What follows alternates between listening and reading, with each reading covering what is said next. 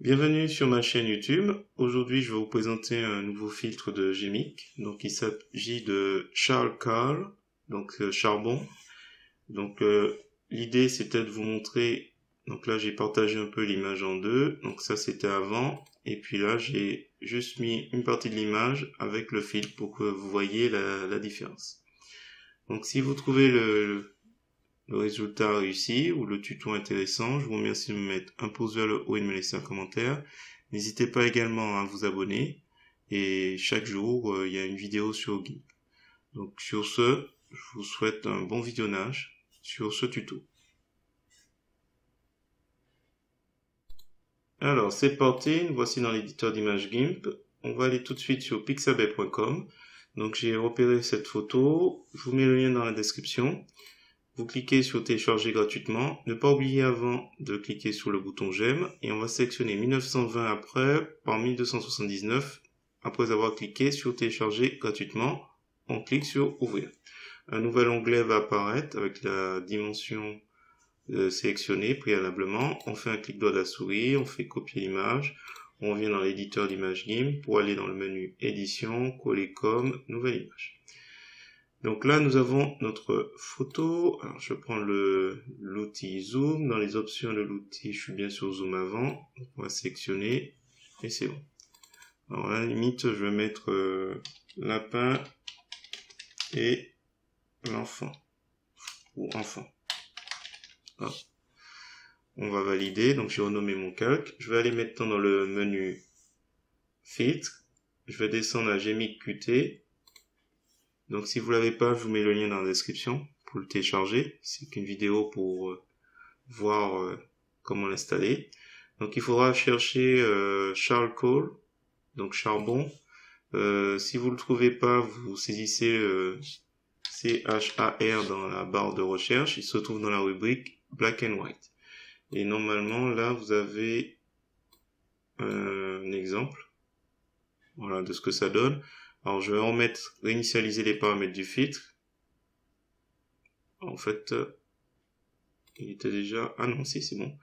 Alors, réinitialiser les paramètres du filtre. Donc après, c'est à vous de jouer un peu avec les différents paramètres. Donc là, il faut peut-être le descendre et augmenter. Voilà, il faut à peu près jouer donc avec Granularity, Lowlights, Highlights.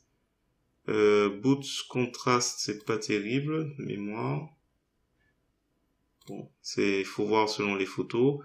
Et quand vous activez Add Choke Highlights, vous pourrez jouer avec ces paramètres-là. On va voir un peu ce que ça peut donner. Intéressant. J'abaisse un peu et j'augmente le maximum. Bon. On va rester sur quelque chose comme ça, un peu.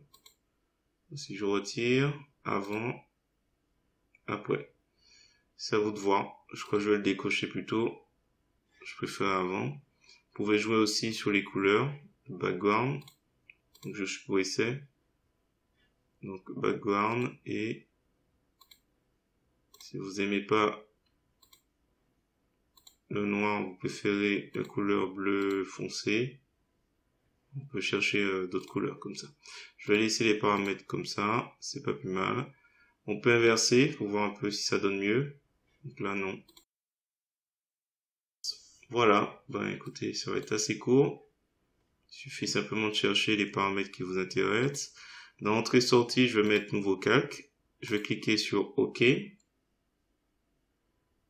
Et on va se retrouver avec cette représentation. Alors ce que je vais faire, c'est juste pour la miniature. Je vais prendre l'outil de sélection rectangulaire. Je vais tracer une sélection à peu près à la moitié du visage de l'enfant.